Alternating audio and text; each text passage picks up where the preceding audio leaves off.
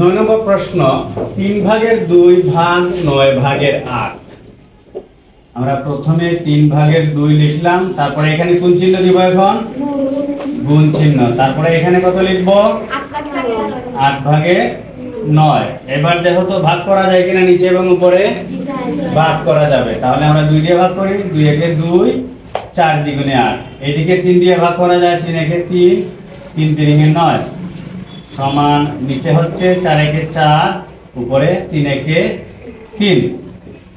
10 নম্বর প্রশ্ন, প্রথমে 5 ভাগের 2 লিখব, তারপরে এখানে কোন চিহ্ন দিব? গুণ চিহ্ন। এখানে কত লিখব? 8 ভাগের 15। এখানে দেখো এই 2 এবং 8 কে কত দিয়ে ভাগ করা যায়? 2 দিয়া। কত দিয়ে ভাগ করা যায়?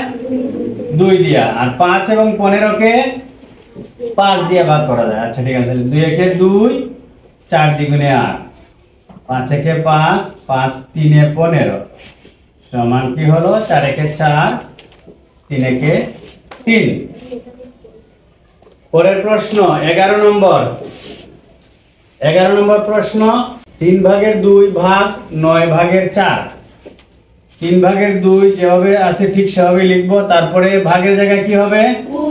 গুণ। এটাকে কিভাবে লিখবো? 4 ভাগের 9। এখানে দেখো ভাগ করা যায় 2 দিয়ে, 2 একে 2, 2 দ্বিগুণে 4।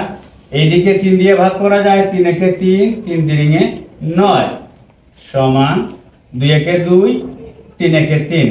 এটা কোন ধরনের ভগ্নাংশ? 2 ভাগের 3 অপ্রকৃত। তাহলে এখন আমরা কি করব? মিশ্র করে নিব। 2 দিয়ে 3 কে ভাগ করলে 2, 3 এর মধ্যে একবার যায়, 2 একে 2, বাকি থাকে কত? 1 থাকে। এই একটা লিখে নিব আমরা উপরে, 1 সমস্ত 2 ভাগের 1। 12 নম্বর প্রশ্ন 7 ভাগের 5, তারপরে গুণ চিহ্ন দিয়ে এটাকে লিখব 15 ভাগের 28। এখানে দেখো 7 এবং 28 7 দিয়ে ভাগ করা যায়, 7 একে 7, 4 7 28। 5 এবং 15 কে 5 দিয়ে ভাগ করা যায়, 5 একে 5, 5 3 15 সমান 3 একে 3, 4 একে 4।